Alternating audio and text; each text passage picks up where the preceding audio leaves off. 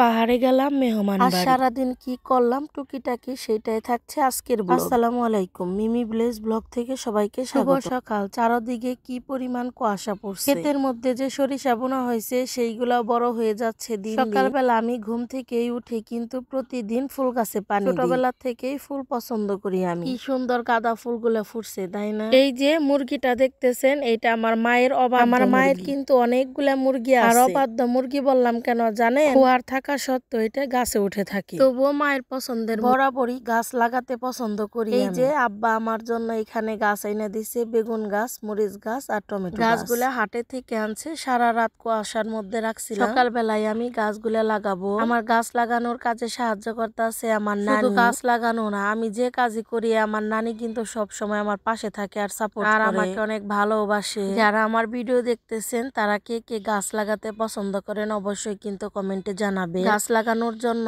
এই জায়গায় আমি টাগইগুলা পরিষ্কার করে নিতেছি। টাগইগুলা আমি আগেই পরিষ্কার করতে চাইছিলাম, পরে নানি বলল আগেই পরিষ্কার করিস না। টাগইয়ের নিচে তো ভেজা মাটি থাকে, ওই ভেজা মাটিতে গাছ লাগাইলে ভালো হয়। আমরা তো পানির এলাকায় বসবাস করি, পানি চলে গেলে তারপরে কিন্তু আমরা এই গাছগুলা লাগাই। আপনাদের সাথে কথা বলতে বলতে আমি সবগুলা টাগই পরিষ্কার করে নিয়েছি। এই যে নানি এখন মরিচ গাছ লাগিয়ে দিতেছে আমারে। শুধু দেখেন নানি আমারে কত যত্ন করে গাছগুলা লাগিয়ে দিতেছে। আসলে গাছগুলা এত সুন্দর যত্ন করে আমি লাগাইছি। গাছগুলা কিন্তু অনেক সুন্দর তরতাজাও হয়েছিল, কিন্তু দুঃখের বিষয় পরের দিন সকালে কিন্তু দেখি গাছগুলা ছাগলে খেয়ে ফেলাইছে। সকালবেলা ঘুম থেকে উঠে দেখি গাছগুলা একদম উঠে ফেলাইছে। পরে আমি আবার গাছগুলা লাগিয়ে দিছি। আসলে গ্রামের বাড়িতে তো সবাই গরু, ছাগল, হাঁস, মুরগি এগুলো আমাদের বাড়িতেও পালে। আমাদেরও ব্যতিক্রম কোনো কিছু না, আমাদের বাড়িতেও হাঁস, মুরগি, গরু, ছাগল সবই পালে। আমাদের ছাগল গুলাই কিন্তু আমাদের গাছগুলা খেয়ে ফেলাইছে। ওই যে দূর থেকে দেখেন ওইটা কে আসতেছে, আমার সোনা পাখি হাঁটতে হাঁটতে আসতেছে। মুসলমানি করানোর পরেই প্রথম ও হাফ প্যান্ট এখনো কিন্তু পুরোপুরি শুকায় নাই। ও আমারে জিজ্ঞেস করতেছে, আম্মু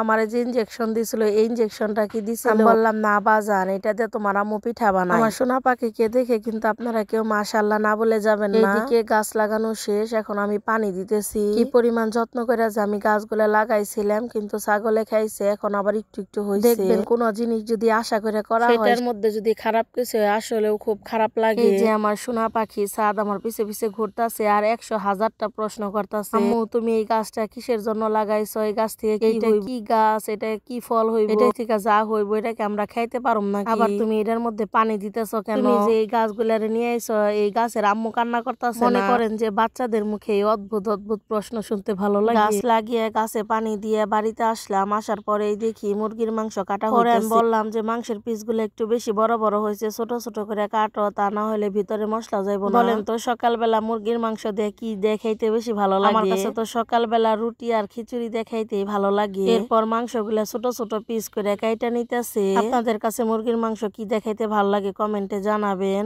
এই যে মুরব্বী লোকটা যে বসে রয়েছে জানেন এটা কে? এটা হইতেছে আমি ফুরে বলতাছি ঢাকনাটা উঁচা করেন, কি রান্না করতেছে সবাই একটু দেখেন। এই তো দেখেন আজকে আমাদের ডাল চাল দিয়ে খিচুড়ি রান্না করতেছে। শীতের দিন মানে আমার ফুপুরে যে চুলার পারে বসে থাকা, দেখেন মুখে কিরকম ধোয়া লাগতেছে, তারপরে সে চুলার পার থেকে উঠবো না। খিচুড়িটা হওয়ার পরে কিন্তু আমাদের মাংস রান্না করে নিবে। এই তো এখন মাংস রান্না করার পালা। অনেকে আবার বলবেন যে কেমন একটা রান্নাঘরের পরিবেশ। আমরা তো গ্রামে থাকি, মাটির চুলায় রান্না করলে তো আপনাদের পাতা তারপর হচ্ছে কাঠ এগুলা দিয়ে রান্না করতে হয়, এর জন্য রান্নাঘরটা একটু বেশি এলোমেলো লাগতেছে। মাংসটাকে পেঁয়াজ কাঁচামরিচ খুব ভালোভাবে ভেজে তারপরে হলুদের গুঁড়া, মরিচের গুঁড়া, ধনিয়ার গুঁড়া, লবণ দিয়ে মশলাটাকে খুব ভালোভাবে কষিয়ে নিলাম। মশলাটা কষিয়ে এরপরে দিয়ে দিব কেটে ধুয়ে রাখা মুরগির মাংস। মুরগির মাংসটাকেও কিন্তু খুব ভালোভাবে কষিয়ে নিব।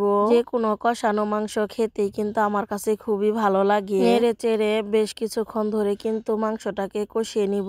এরপর দেখলাম আব্বা নদীর পার থেকে আসলো, কি সুন্দর মাছ ধরে নিয়ে আসছে। দেখেন এখানে কিন্তু অনেক প্রকারের মাছ, কলি মাছ, নুনদই মাছ, পুঁটি মাছ আর টাকি মাছ। এইদিকে মাংসটাও কষানো হয়ে গেছে প্রায়, শুধু দেখুন মাংসের কালারটা কত সুন্দর লোভনীয় আসছে। আমি তো বললাম কষানো মাংস আমার খুব ভাল লাগে, এর জন্য আমি এক পিস নিয়ে নিলাম। এরপর বললাম যে মাংসের মধ্যে একটু ধনেপাতা দিয়ে দিতে। বাড়িতে এর মধ্যে রাজমিস্ত্রি চলে আসছে, দেখেন আমাদের ঘরের প্রথম পিলারের কাজ শুরু করলো। ঘরের কোথায় কিরকম কি হবে ভাই কিন্তু সবকিছু দেখিয়ে দেখিয়ে দিচ্ছিল। সকালে রান্না বান্না সব শেষ, শুধু দেখুন মাংসের কালারটা কত সুন্দর আসছে। আব্বা বাজারে চলে যাবে, এর জন্য আব্বা আগেই খাইতে বসলো। এখন আমরা খাবো গরম গরম ধোয়া ওঠা খিচুড়ি। বেশি করে ডাল দিছিল, খিচুড়িটা যে খাইতে কি পরিমাণ মজা হয়েছিল। মুরগির মাংস আর খিচুড়ি তো আমি খাইতে লাগলাম, সাথে এক টুকরো লেবু। সকালবেলা খাওয়া দাওয়ার পর আমরা চলে গেলাম শাক তোলা। আমাদের বাড়ির কাছে যে সরিষা ক্ষেতটা আছে এগুলাই তো সরিষা ছোট ছোট। এই ছোট ছোট সরিষা থাকার কারণে শাক হয় না, এর জন্য ওই যে দূরে বড় বড় সরিষা দেখা যায়। খেতে যাইতেছি শাক তোলার জন্য। ছোটবেলায় যখন শাক তুলতে গেছি তখন তো বেশি বুঝি নাই সরিষা নষ্ট কত মানুষেরই যে দৌড়ানি খাইছি সেইটা আর কি বলবো।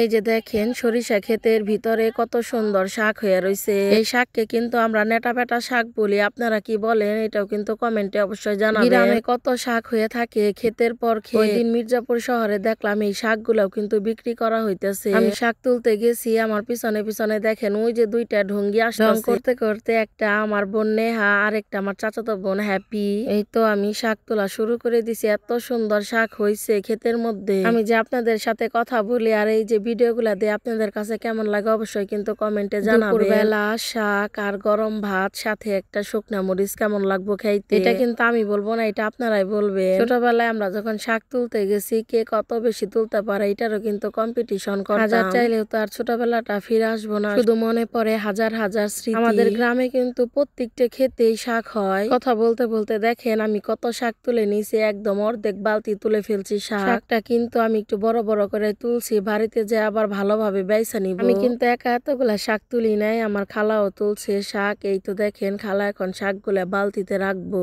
আবার এই যে ঢঙ্গিরা সাথে আসছিল ওরাও একটু একটু করে শাক তুলে দিছে দু একটা। এক বালতি শাক নিয়ে এখন আমি রওনা হয়ে গেলাম বাড়ির দিকে। শাকটা তুলছিলাম কিন্তু শাকটা আসলে খাওয়ার ভাগ্য হয়েছিল না আমার, কারণ আমি দুপুরের খাওয়া দাওয়া রেখে এক জায়গায় গেছিলাম। শাকটা তোলার পরে আমি আর না নিয়ে এই জায়গায় রসুন গুলা কোয়া ছাড়ে নিতেছি, কারণ এইগুলা আমাদের বাড়িতে যে রসুন পেঁয়াজ গুলা বোনা হয় এগুলার পাতা কিন্তু খাওয়ার জন্য বেশিরভাগ বোনা হয়। আমাদের বাড়িতে সবাই পছন্দ করে। আজকে আমাদের বাড়িতে রান্না হয়েছে যে সকালবেলা আনলো আব্বা টাকি মাছের ভর্তা আর ভর্তা ভাত। আমার ছেলের খুব পছন্দ, আর বড় মরে খাওয়াই দিতেছে। শুধু কি দুষ্টামি করতেছে। ক্ষেত থেকে তুলে আনলাম ওই শাকটা রান্না করছে আলু দিয়ে করলা ভাজি। এই যে সকালের একটু মাংস রয়েছে দেখি এখানে। আর আব্বা যে নদীর থেকে মাছ আনছিল পুঁটি মাছ, ওইগুলা দিয়ে মূলা দিয়ে রান্না করছে। দেখে মনে হইলো খুব মজা হবে, কিন্তু আমি আর খাই নাই দুপুরে। আব্বা মা এক জায়গায় গেছে তো আমার বলতাছে তুই আর তোর ভাই তাড়াতাড়ি এই জায়গায় আয়, একটু দরকার আছে। দুপুরে না খেয়ে দুই ভাই বোন বের হয়ে গেলাম আর একটি সিএনজি ফোন করলাম, কারণ আমাদের এই দিকে তো গাড়ি পাওয়া যায় না, এর জন্য সিএনজি ফোন করে আনতে হইলো। আমরা কিন্তু আজকে যাব পাহাড়ে। পাহাড় কিন্তু আমরা যে জায়গায় যাইতেছি একটু আমাদের বাড়ির থেকে অনেক দূরে। তাড়াহুড়া করে যাওয়ার কারণে কিন্তু আমরা কিছুই খাইতে পারি নাই দুপুরবেলা। পরে আমার ভাই মির্জাপুর নেমে আমাদের জন্য পেঁয়াজু কিনলো আর সবাই বললো যে এইগুলা সব গরম আছে এখনই খা, একটু পরে ঠান্ডা হয়ে গেলে আর মজা পাবি না। এই কথা বলার পরে আমি আর নেহা তো খাওয়া শুরু করে দিলাম। গরম গরম পেঁয়াজু খাইতে কিন্তু আসলে খুব ভালো লাগতেছিল।